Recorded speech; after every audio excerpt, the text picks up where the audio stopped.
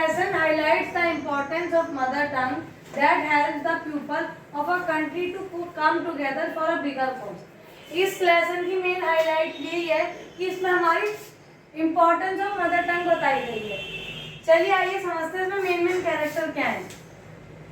France, good observer, lively young boy and sensitive. इसमें main character सबसे पहले France है, जो एक छोटा बच्चा है, वो एक गुड ऑब्जर्वर है और एक यंग बॉय है और सेंसिटिव भी है। दूसरा मेन कैरेक्टर जो है M Hemal. M Hemal France के टीचर हैं, जो एक डिवोटेड एंड सिंसियर टीचर हैं एंड पैशनेट अबाउट फ्रेंच। और वो फ्रेंच पढ़ाते हैं और वो अपने काम को लेके पैशनेट है, मतलब अपने काम से एक तरह से सिंसियर हैं और डिवोट है पूरा के अपने काम को पूरा करते हैं। चलिए आइए अब पॉइंट्स टू रिमेंबर। आप चाहें तो इन पॉइंट्स को लिख भी सकते हैं, जिससे कि आपको पूरी समरी समझ आ जाएगी इस चैप्टर की। Franz reluctant to go to school. जो फ्रांस होता है वो स्कूल जा रहा होता है और वो लेट हो जाता है।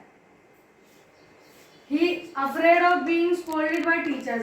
जब वो लेट हो रहा होता है तो वो ये सोचता है कि अब मुझे मेरे टीचर से डांट पड़ेगी क्योंकि मैं लेट हो गया हूँ। और एक और वजह थी, had not learn rules of participles. उसके टीचर फ्रांस ने उसे ये बोला था कि पार्टिसिपल्स का टेस्ट होगा तो तुम ये लेसन प्रिपेयर करके आना। और जो फ्रांस था उसे एक वर्ड तक भी नहीं आता था पार्टिसिपल्स का, इसलिए भी वो अफ्रेड था कि मैं स्कूल जाऊंगा और सर पूछेंगे कि पार्टिसिपल के बारे में और मैं बता नहीं पाऊंगा तो मुझे डांट पड़ेगी। ओके, अब सेकंड पॉइंट, फ्रांस टेम्पटेशन। अब फ्रांस की क्या क्या एक तरह से मन की चीजें थी जब वो स्कूल जा रहा था कि मैं स्कूल के लिए ना जाऊं और रुक जाऊं। तो सबसे पहले spend the warm and bright day outside. जब वो स्कूल जा रहा था तो तब वो ये देख रहा था कि इतना वार्म डे है, इतना ब्राइट डे है, इतना अच्छा मौसम हो रहा है, तो मैं स्कूल छोड़ के आज यहीं रह जाता हूँ। और दूसरा point, enjoy chirping of birds. और इतने अच्छे मौसम में बर्ड्स जो है वो चहचहा भी रही हैं, इतना अच्छा मौसम हो रहा है कि अब मैं स्कूल रहने देता हूँ, स्कूल में जाके तो पढ़ना ही है, यहाँ इतना अच्छा मौसम है यहीं रुक जाता हूँ। फिर उसके बाद wanted to watch Persian soldier. और उसके बराबर में पर्शियन सोल्जर ड्रिलिंग भी कर रहे होते हैं, तो सोचता है कि यहाँ बैठकर मैं इन्हें देखता हूँ। और आप लोग चाहें तो इसका स्क्रीनशॉट भी ले सकते हैं, एक तरह से आप नोट्स ही मान लीजिए इंग्लिश के। अगर आप इन्हें पढ़ लेंगे तो आपको पूरा लेसन पढ़ने की जरूरत नहीं है। मैं साइड हो जाती हूँ, स्क्रीनशॉट ले लीजिए।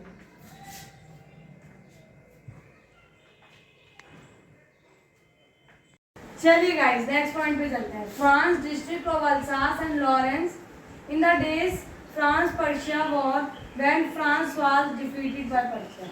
इन दिनों जब फ्रांस के बारे में हम पढ़ रहे हैं तो इन दिनों फ्रांस में एक फाइट चल रही थी और फ्रांस के दो स्टेट थे, अल्सास और लॉरेंस, जिसमें फ्रांस और पर्शिया की फाइट चल रही थी और फ्रांस जो है पर्शिया से हार जाता है। अब इसके आगे देखते हैं कि स्कूल्स और फ्रांस और एमहेमल पर क्या इम्पैक्ट पड़ेगा।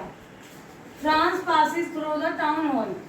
जब फ्रांस जा रहा होता है तो फिर वो एक टाउन हॉल को पास करता है। वहाँ पर वो देखता है कि बहुत सारी भीड़ लग रही है एक बुलेटिन बोर्ड पे, और वो वहाँ रुकता नहीं है। क्यों पता है इसलिए क्यों नहीं रुकता? क्योंकि उसे पता है वहाँ पर ज़्यादातर बैड न्यूज़ और ऑर्डर्स आते रहते हैं, तो सोचता है कि सारी बेकार चीज़ें और सारी बैड न्यूज़ आती है तो मैं क्या रुकूंगा। वहाँ पे लोग उसे कहते हैं वेट फ्रांस, पर वो रुकता नहीं। वो सोचता है कि मेरा मजाक उड़ा रहे हैं तो चला जाता है। News that they order from Berlin had come to teach only German in the school of Alsace and Lorraine. जैसे कि मैंने आपको बताया था, फ्रांस और पर्शिया की फाइट चल रही होती है जिसमें फ्रांस हार जाता है पर्शिया से।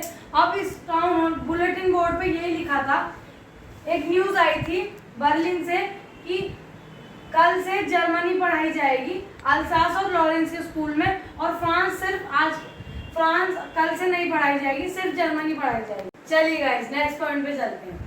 On a usual day there was great bustle, opening and closing of desk, lesson repeated in unison, teacher ruler rapping on the table. जब फ्रांस स्कूल जा रहा होता है और जब स्कूल में एंटर करता है तो ये बताता है वहाँ इम्पॉर्टेंट चीज़ें थी, जैसे कि क्वाइट मूवमेंट है, और जब वो ऐसा लग रहा था वहाँ पे जैसे कि संडे मॉर्निंग है, बिल्कुल सब कुछ शांत, और वो बता रहा था वैसे जब मैं स्कूल जाता था तो वहाँ पे एक ग्रेट मतलब बसल का मतलब शोर होता था, और ओपनिंग और क्लोजिंग ऑफ डेस्क, जैसे कि हम डेस्क पे बैठते हैं और बच्चे रिपीटेड उसमें अपनी चीज़ें लर्न करते थे, और टीचर का जो रूलर था वो टेबल पे जैसे कि मारते हैं उसकी आवाज़ आती थी। पर उस दिन बिल्कुल ही एक संडे मॉर्निंग बिल्कुल ही सब कुछ क्वाइट था, तो उसे बहुत अजीब लगा कि आज इतना शांत क्यों है। तब हो जाता है Franz enter late but MML spoke kindly, तो वो देखता है कि मैं लेट हूँ पर एमएमएल जो है मुझे स्कोल्ड नहीं कर रहे, डांट नहीं रहे, वो मेरे को काइंडली मेरे को अंदर बोल रहे हैं कि आ जाओ अंदर। MML dress in beautiful green coat, frill shirt, black silk cap and embroidery, तो वो देखता है कि एमएमएल ने आज इतने स्पेशल कपड़े क्यों पहन रखे हैं। नॉर्मल डेज पे तो नॉर्मल कपड़े पहनते हैं, ये सब कपड़े तो एनुअल फंक्शन या फिर कुछ एक फंक्शन वगैरह होता है स्कूल में जब पहनते हैं। और गाइस ये एमएमएल की ड्रेस आप जरूर इसको हाईलाइट कर देती हूँ मैं। उन्होंने क्या क्या पहन रखा था, एक ग्रीन कोट पहन रखा था, एक फ्रिल शर्ट पहन रखी थी, ब्लैक सिल्क कैप पहन रखी थी जिसमें एम्ब्रॉयडरी थी। तो ये चीजें आप याद जरूर रखिएगा, कभी कभार एमसीक्यूज में भी आ जाता है।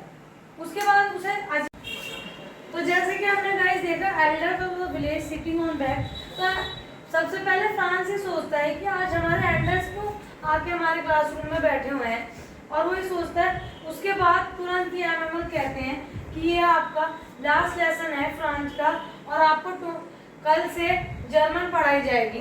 तो एक तरह से फ्रांस इमोशनल भी हो जाता है, घबरा भी जाता है कि वो सोचता है कि मैंने फ्रांस पहले इतनी क्यों नहीं पढ़ी, पहले मैंने सोचा ना ज़्यादा मैंने इंटरेस्ट लिया, पर जब उसे इम्पोर्टेंस पता लगता है कि हमारी मदर टंग की क्या इम्पोर्टेंस है, जैसे मैंने आपको शुरू में भी बताया था, ये इसमें यही बताया गया है कि हमारे लिए क्या इम्पोर्टेंस है मदर टंग की। तो उसके बाद एमएमएल जो है वो पढ़ाना स्टार्ट करते हैं, तो वो पार्टिसिपल के बारे में पूछते हैं, जैसे कि मैंने बताया था कि वो पार्टिसिपल का टेस्ट लेते हैं। तो वो एमएमएल से फ्रांस से पूछते हैं कि मुझे पार्टिसिपल के बारे में बताओ, तो वो बता नहीं पाता। फिर उसे एमएमएल कहते हैं कि ये तुम्हारी गलती नहीं है, ये हम सबकी गलती है, तुम्हारे पेरेंट्स की गलती है और मेरी गलती है। जो तुम्हारे पेरेंट्स तुम्हें फार्म पे भेज देते थे खेती करने के लिए, जो मैं तुम्हें कह देता था कि कभी कभी मेरा हॉलीडे का मन कर देता था तो मैं कभी छुट्टी ले लिया करता था, और मैं कभी तुम्हें पौधों में पानी देने के लिए कह दिया करता था।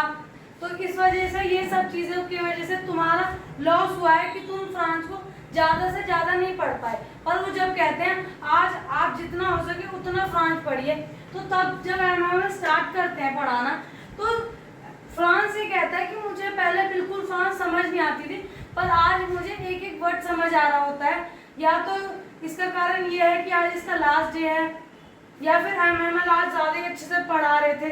और वो सोचता है कि एमएमएल बहुत एक स्ट्रिक्ट टीचर हैं और बहुत ही डिसिप्लिन वाले टीचर हैं, पर उस दिन उसे एमएमएल पे भी बहुत प्यार आ रहा होता है, और ऊपर से कुछ खिसकाने की आवाज़ आ रही होती है, और एमएमएल की जो बहन होती है वो उनके बैग पैक कर रही होती है, क्योंकि उन्हें जाना होता है, क्योंकि कल से जर्मन पढ़ाई जाएगी और एक नया टीचर आएगा। तो फिर लास्ट में एमएमएल सब पढ़ा के सिर्फ वो बस एक साइन करते हैं हाथ का ऐसे, और ये बोलते हैं लॉन्ग लिव फ्रांस। तुम जब तक अपना फ्रांस लैंग्वेज को होल्ड रखोगे तुमसे वो कभी नहीं छूट सकती, तो कभी भी अपनी फ्रांस लैंग्वेज को भूलना मत और उस पर एक होल्ड रखना। और वो लिखते हैं लॉन्ग लिव